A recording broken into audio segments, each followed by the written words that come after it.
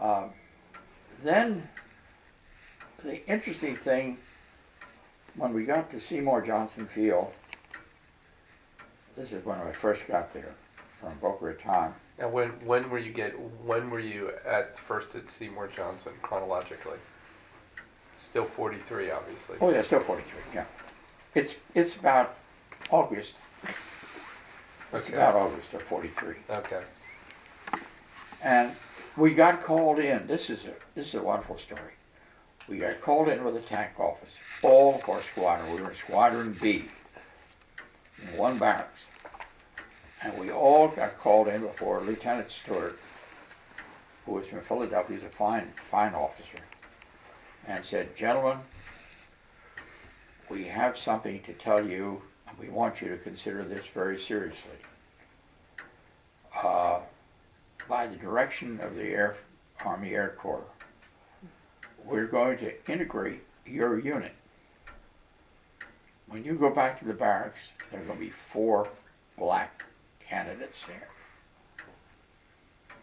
And he said, "We wanted to talk to you in advance before you met the 4 men." He said, "There are 3 PhDs and a master's. They have to get those degrees. None of us had any more than bachelor's degrees." Well, the fascinating thing was, I guess you'd expect it was, the Southern cadets had a fit.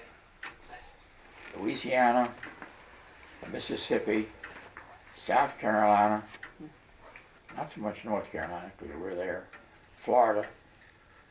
It was unthinkable. You cannot put white cadets and black cadets in the same barracks.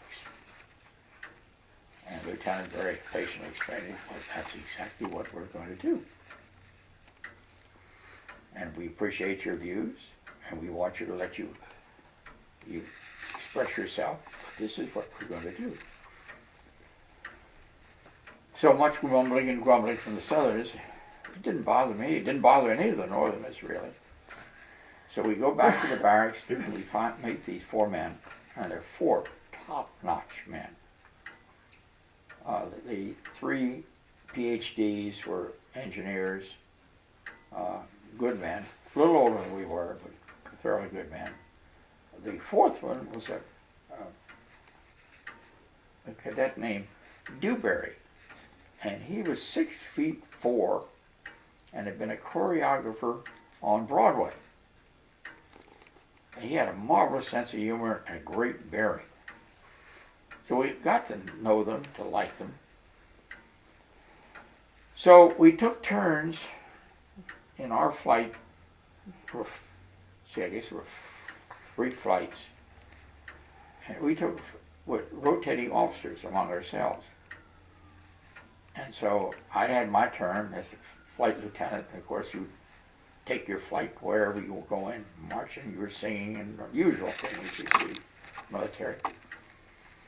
Well, Dewberry, we elected Dewberry as flight lieutenant. Well, Dewberry, with his choreographer and his sense of rhythm, and we really marched. I mean, nothing flashy, but I mean, it was precise, it was good, it was comfortable.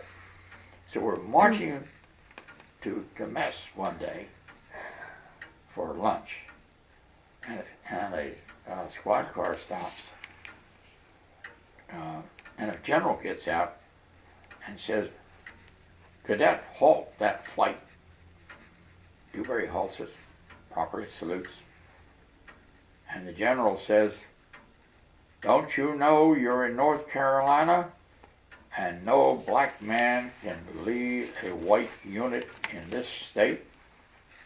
You, Reed Neer, get out of here, take this flight.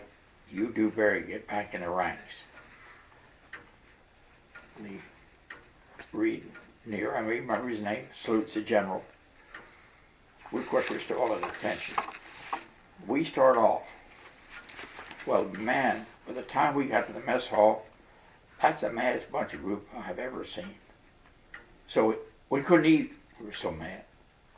So we went over to see Lieutenant Stewart. "This is an outrage."